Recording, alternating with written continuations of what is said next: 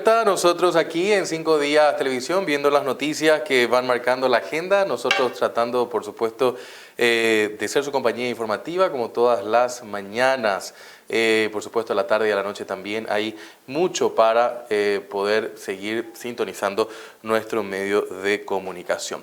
Estamos hoy día jueves y durante todos estos primeros días del primer mes del año hablando con los analistas y personas que nos dan un poco la tendencia en esta perspectiva de cómo estamos viendo el año 2023 y en lo particular me siento muy contento de tener la chance de hablar con el economista, el doctor Rubén Ramírez Lescano, fue canciller también de la República y conoce mucho el tema del ámbito internacional. Y es una cuestión que de un tiempo a esta parte se viene hablando bastante de cómo la influencia internacional impacta directamente también en nuestra economía. No podemos estar ajenos de eso. Ayer se dio también el reajuste de la previsión por parte de un organismo internacional, bajando justamente de ese 3% a aproximadamente 1,3 o 1,7, me va a corregir el doctor Ramírez Lescano, de cómo va a ser el crecimiento de este año 2023. Pero aparte de eso, también la situación de esta repentina escalada del dólar sin intervención hasta el momento por parte del Banco Central del Paraguay. Muchos elementos también para conversar. Doctor Ramírez, gracias por su tiempo con nosotros. Muy buenos días, un placer de estar con ustedes. Realmente son días de profunda reflexión que nos permite proyectar lo que va a ser el año. Y Juan Pablo, es un placer de estar contigo y con la distinguida audiencia de 5 días. Doctor Ramírez, empecemos por cómo quedó el 2022. Parece que con muchos elementos que arrastran también a este nuevo año. Todavía el conflicto internacional entre Rusia y Ucrania es un tema en agenda, ¿no? Efectivamente, el año 2022 nos dejó una herencia que sigue inercialmente proyectándose a este año, que tiene que ver con un reducido espacio fiscal de las principales economías del planeta, desde la perspectiva en que durante la pandemia se tuvo que hacer emisiones y grandes sacrificios para sostener la economía y la calidad de vida de las personas, y consecuentemente esto genera una inflación porque la emisión que se ha hecho inorgánica para respaldar todas estas acciones económicas de parte de los países, de los gobiernos, de los estados, condujo a una inflación que evidentemente la seguimos padeciendo. Y obviamente la guerra Rusia-Ucrania genera una gran inestabilidad geopolítica global y consecuentemente impacta esto sobre lo que se venía arrastrando de la pandemia, que es la crisis de contenedores derivado de la paralización de actividades portuarias, de paralización del sistema de transporte marítimo internacional y de la logística. Y obviamente el precio de los combustibles fue otro de los fenómenos que amplió y profundizó aún más las cuestiones de inflación. El cambio climático sigue siendo otro de los riesgos. Padecimos durante el año pasado una sequía que mermó significativamente la producción paraguaya y con ello nuestras exportaciones, aunque ayudaron los precios internacionales de los productos agroalimentarios, y eso nos pudo llevar a una situación de menor impacto de este fenómeno, que al inaugurar el año sigue siendo un factor de inestabilidad, de imprevisibilidad de cómo va a afectar nuestra producción, de cómo va a afectar los precios internacionales. Chicago está en un debate importante, que es el principal referente de los precios internacionales de los productos agropecuarios. Están viendo cómo van a reaccionar los precios en este escenario en donde la sequía en los países de América del Sur, principales productores globales de soja, de carne, están sufriendo ese impacto. Y en nuestro país, aunque no está crítica la situación, sí es preocupante porque las lluvias no terminan de producirse en la magnitud que se necesita para poder abordar una mejor producción y una safriña o cosecha temprana que sea realmente rentable para el ingreso de divisas a nuestro mercado internacional, a nuestro mercado. Nosotros también, otro elemento Y importante. que creo que justamente corta de manera transversal todo lo que implica la política económica es el vaivén de los procesos políticos. Vimos justamente el pasado fin de semana lo que acontecía en el Brasil, vemos elementos de tinte justamente nacionalistas que se dan en Europa, cuestiones que también rayan, ayer terminando la jornada estaba viendo en Twitter un último posteo de Donald Trump elevando un poco también la temperatura de vuelta en este país, en el anuncio de su candidatura de vuelta. ¿Cómo la política impacta en lo económico, doctor Ramírez?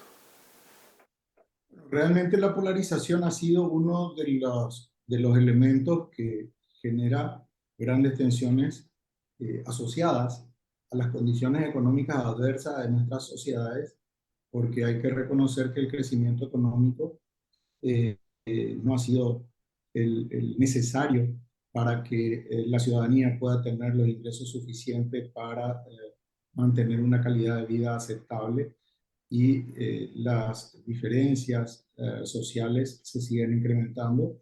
Se observa en la mayoría de los países del mundo un mal humor social. Y a eso agregando una polarización ideológica o positiva de las candidaturas, hemos visto las situaciones que se plantean no solamente en los países que celebraron elecciones recientemente como el Brasil, sino que vemos en el Perú, vemos en Chile, cómo estas tensiones, aun cuando el gobierno del presidente Boric lleva un tiempo determinado, sigue generando mucha inestabilidad. Vemos en un país desarrollado como Estados Unidos la manera en que se plantea esto. Hemos visto en Francia las reacciones sociales que se produjeron recientemente como consecuencia de esto de confrontaciones de carácter étnico. Entonces, estamos transitando un periodo bastante impredecible e inestable, con grandes vulnerabilidades para los países en desarrollo sobre todas las cosas, pero con una proyección de crecimiento mucho menor a lo esperado, con predicciones de recesión en las economías principales, con continuidad de la inflación que resulta ya incontenible, motivo por el cual la Reserva Federal sigue elevando las tasas de interés y absorbiendo los dólares. Esa es una de las variables que impacta sobre la ecuación del valor de la moneda, del dólar, en nuestro país. Y evidentemente esto sumado a las condiciones políticas electorales, vamos a tener elecciones en nuestro país, en octubre elecciones en Argentina, estamos viendo cómo está evolucionando la situación política en Brasil, con altas tensiones también, y obviamente eso en nuestra región genera una vulnerabilidad importante. Creo que lo más adecuado y necesario es justamente tener la prudencia en la administración de la cosa pública. Hemos visto lamentablemente la aprobación de un presupuesto desfinanciado con un incremento irreal de las posibilidades de nuestra economía.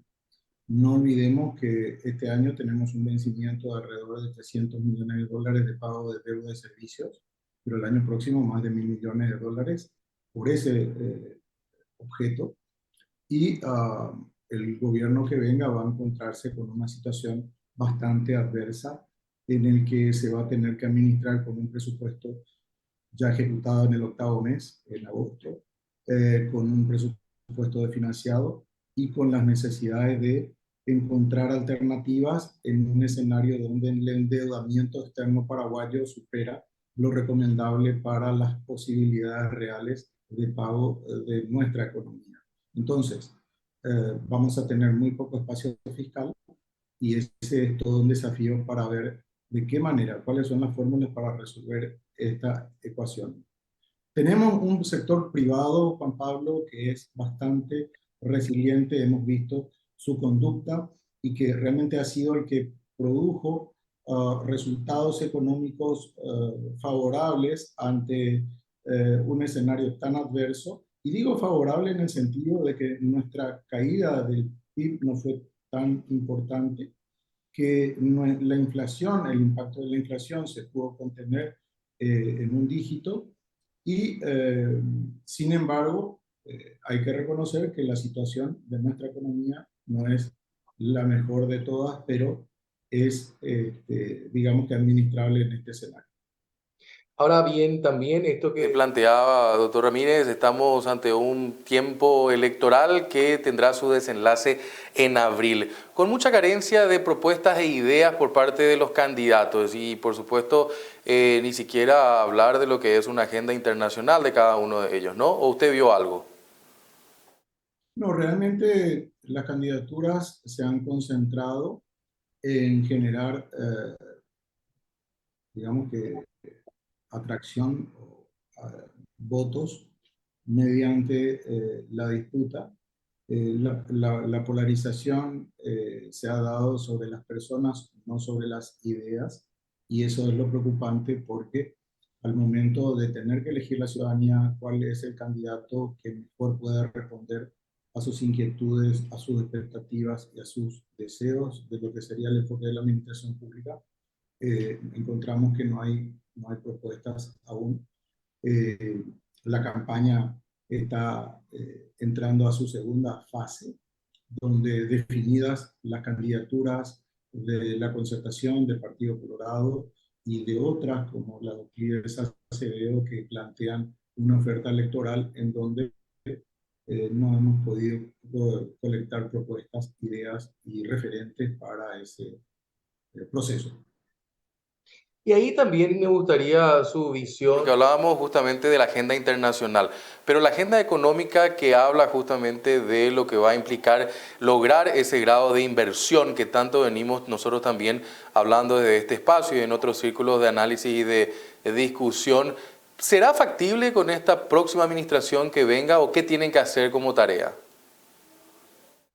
La primera y principal, donde hay énfasis de todas las calificadoras internacionales, es sobre el fortalecimiento institucional, que evidentemente golpea de manera importante a la previsibilidad, a la seguridad jurídica y al crecimiento económico de nuestra nación. Eh, la reforma de la Corte Suprema en marzo va a haber que elegir a nuevos miembros de la Corte. La nueva administración de la Fiscalía General del Estado generan expectativas importantes en cuanto a cómo se pueda modificar esto. Ahora bien, aun cuando tenemos una justicia que necesita ajustes importantes para evitar la impunidad, que realmente castigue la corrupción, que es uno de los factores que más impacto generan en nuestra calidad del crecimiento económico y esa seguridad jurídica que se demanda, eh, no es suficiente. Tenemos que tener eh, una estabilidad también desde el punto de vista institucional de la calidad del gasto público, de la inversión pública y de la proyección de crecimiento que vamos a tener en los próximos 5 años, y en ese sentido es de esperar que los candidatos próximamente expongan cuáles van a ser sus medidas en un escenario de un espacio fiscal reducido, en un escenario de menores posibilidades de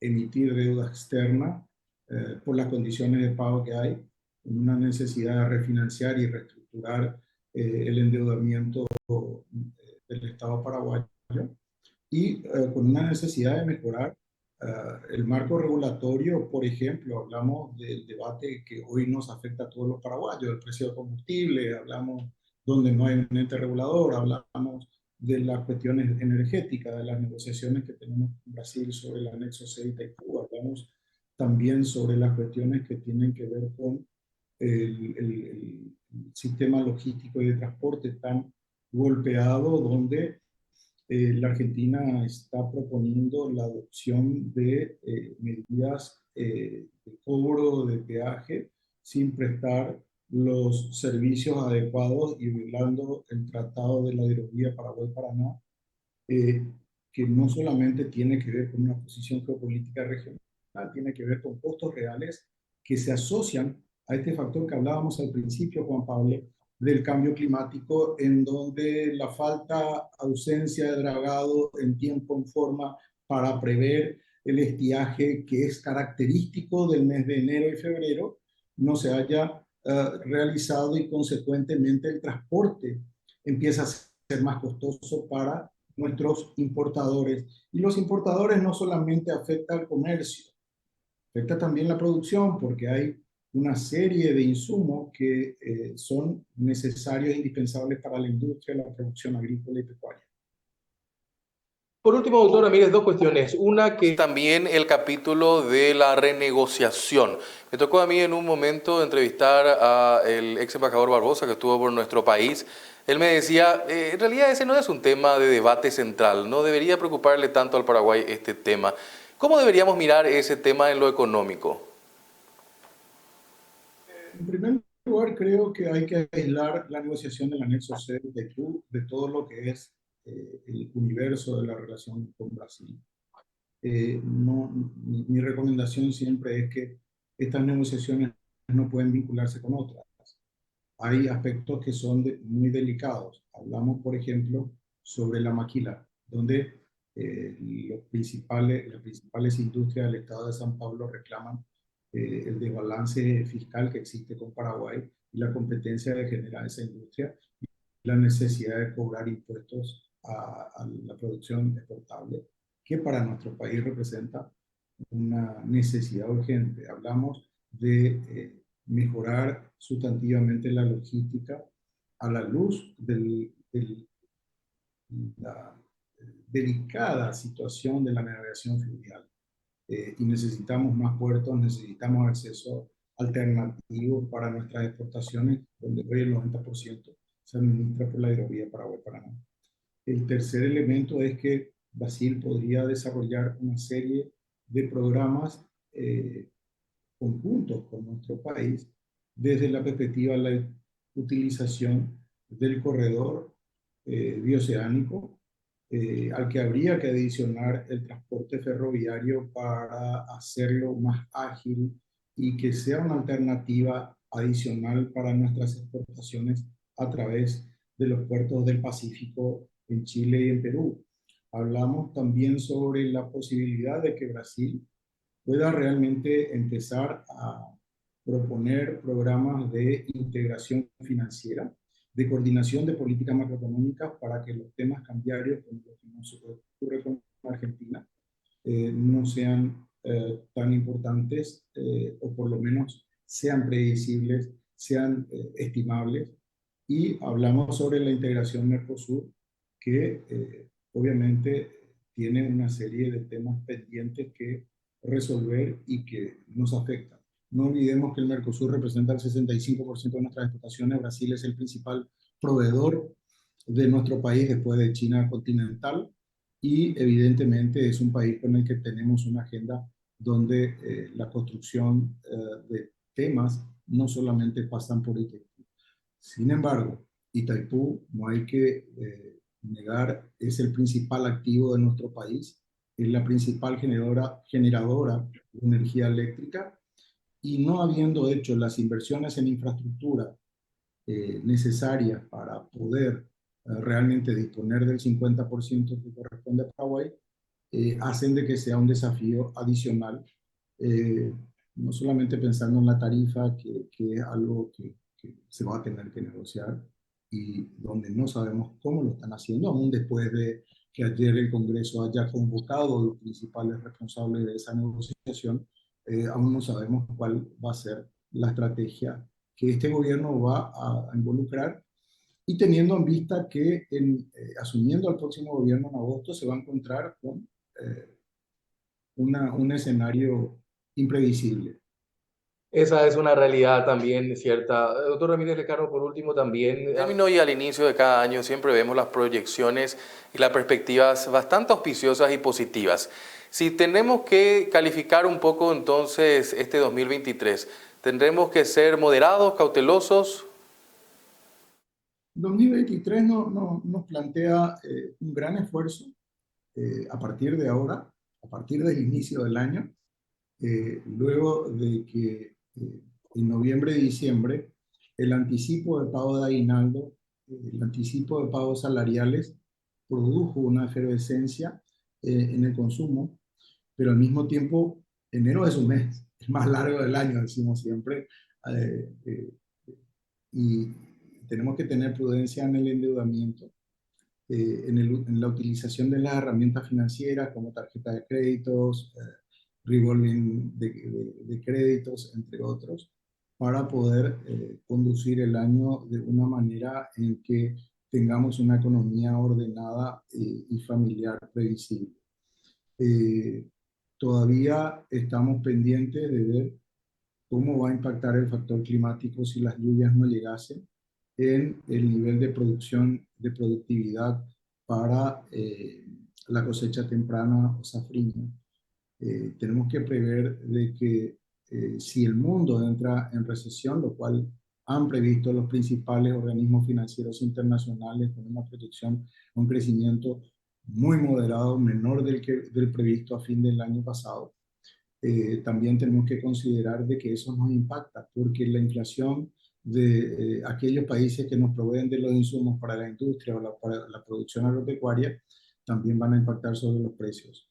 Tenemos que ser cuidadosos, por lo tanto, al menos en un primer trimestre que se nos plantea de desafiante para realmente ver cómo se va a comportar finalmente la economía durante el resto del año. Si me permite un pequeño anexo, la condición de la inflación. ¿Tendremos que tener cuidado con eso?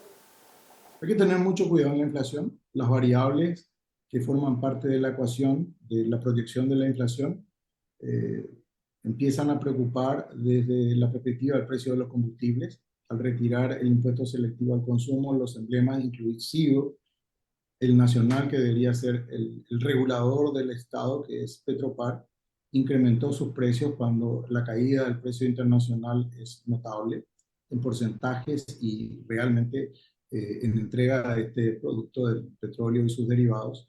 Ese es un elemento que va inmediatamente a impactar sobre todos los precios, sobre todo sobre la canasta básica, en un mes de enero, como decíamos Juan Pablo, que es complejo porque al ser largo, al haber consumido gran parte de los ingresos y el 13º salario aguinaldo rápidamente hacen de que el impacto de los precios también sea un elemento de mucha presión social. Eh, la otra variable tiene que ver con el precio del dólar, que al importar, al tener que prever los insumos necesarios, también finalmente forman parte y afectan la industria del vestido, de la vestimenta, la industria de la confección, y la industria de la alimentación con los insumos necesarios. Y son todas cuestiones que van a ir impactando durante estos primeros meses. Estimamos que va a ser menor que la del año pasado, pero eso está por verse en la medida en que realmente tengamos mejores condiciones climáticas, mejores condiciones de mercado y mejores condiciones de un Estado que pueda producir inversiones y actividad económica cíclica.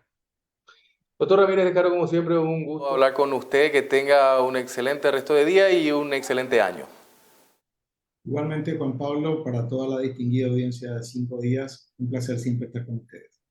Nosotros vamos a la pausa, sigan con nosotros. Vamos con la mañana informativa, procurando ser su compañía, por supuesto, con los hechos noticiosos.